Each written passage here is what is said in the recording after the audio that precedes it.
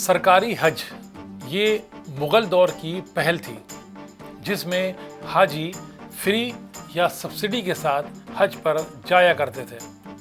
دلچسپ بات یہ ہے کہ آج کے دور میں سرکاری حج ہر کسی کے لیے ایک اعزاز ہوتا ہے، مگر ایک حقیقت یہ بھی ہے کہ مغل دور میں حج کا فرمان کسی کے لیے وفاداری کا انعام تو کسی باغی کے لیے سزا کا اعلان سمجھا جاتا تھا۔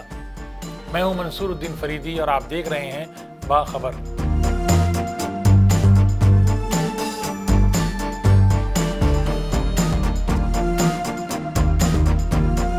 یہ حج کی تاریخ کا ایک دلچسپ باب ہے۔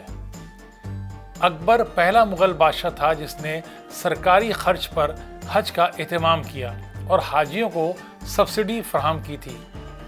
اس سلسلے میں 1575 کے بعد پرتگالیوں کے ساتھ ریڈ سی سے زائرین کے جہازوں کو محفوظ گزرنے کی اجازت دینے کا معاہدہ ہوا۔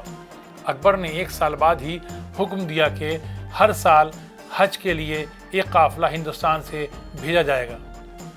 ایک بزرگ اور ایک بااعتماد امیر سلطان خواجہ نقشبندی کی سرکردگی میں ایک قافلہ تیار ہوا۔ شاہی خرچ پر حج ادا کرنے کے لیے اکبر نے اپنے 3 بحری جہاز رحیمی، کریمی اور سالاری کو جدہ تک مفت آمد رفت کے لیے محفوظ کیا۔ رحیمی کو اپنے زمانے میں ہندوستانی سمندر میں کسی بھی قسم کا سب سے بڑا جہاز سمجھا جاتا تھا۔ اس میں 1500 ٹن کی حد تھی، جبکہ اس میں 1500 مسافروں کو لے جانے کی گنجائش تھی۔ یہی نہیں، اکبر نے مکہ میں غریبوں اور ضرورت مندوں کے لیے ہزاروں اشرفیاں بھی بھجوائی تھیں۔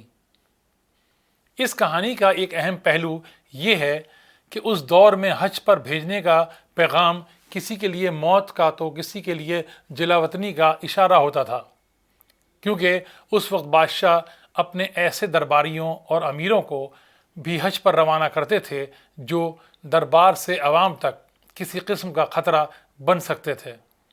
اسے سلطنت سے دور بھیجنے کے لیے حج کا بہانہ بنایا جاتا تھا۔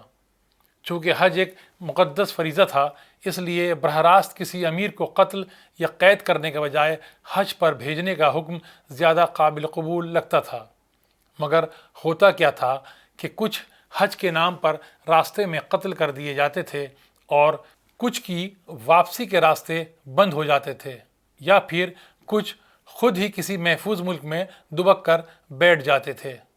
یعنی کہ مغل دور حکومت میں بادشاہوں کے لیے حج ایک روحانی عبادت کے ساتھ ایک سیاسی فیصلہ اور بعض اوقات سزا کا ذریعہ تھا۔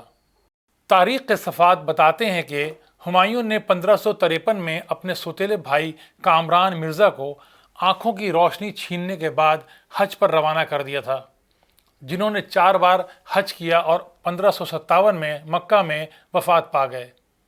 اس کے بعد اکبر ایک بار اپنے مشیر خاص بیرم خان کے رویے سے بے حد ناراض ہو گئے تو اسے حج پہ روانہ ہونے کا حکم دیا۔ حکم کے مطابق بیرم خان دلی چھوڑ کر گجرات کی طرف روانہ ہوا، لیکن احمد آباد میں ایک افغان نے حج پر جانے سے پہلے ہی بیرم خان کو قتل کر دیا۔ جہانگیر نے اپنے ایرانی حکیم کو جب بیمار ہوئے تو انہیں مناسب علاج نہ کروانے پر مکہ بھیج دیا۔ اسی طرح اورنگزیب نے اپنے ماتحت ایک اہم قاضی سے استعفیٰ دینے اور حج پر جانے کو کہا، جو عادتاً شہنشاہ سے جھگڑا کیا کرتے تھے۔ اسی طرح حجاز شکست خوردہ باغیوں اور تخت کے خواہشمندوں کا پسندیدہ ٹھکانہ بن گیا تھا۔ مگر کچھ ایسے بھی تھے جو حج کے بعد واپس آ گئے، بادشاہ سے معافی تلافی کے ساتھ جان بخشوا لی۔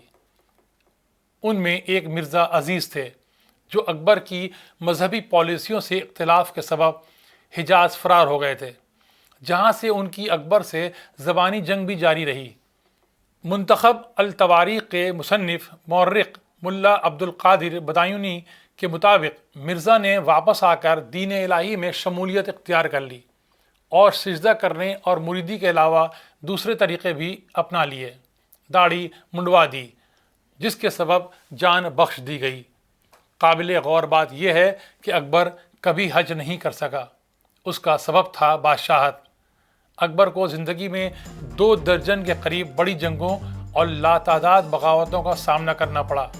اکبر نامہ کے مصنف اور دربار اکبری کے اہم مشیر علامہ ابو الفضل اس محرومی کی وضاحت کرتے ہوئے لکھتے ہیں کہ 7 اکتوبر 1576 کو درگاہ حضرت خواجہ معین الدین چشتی اجمیر میں اکبر نے احرام سے وطن کیا، لیکن بادشاہت کی ذمہ داریوں کے سبب حاجیوں کے قافلے کے ساتھ کچھ دور تک سفر کیا اور پھر قافلے کو الوداع کہہ دیا۔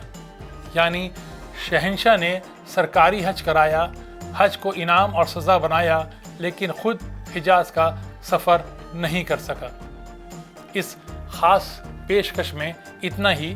دیکھتے رہیں باخبر اور نہ رہیں بے خبر۔ شکریہ۔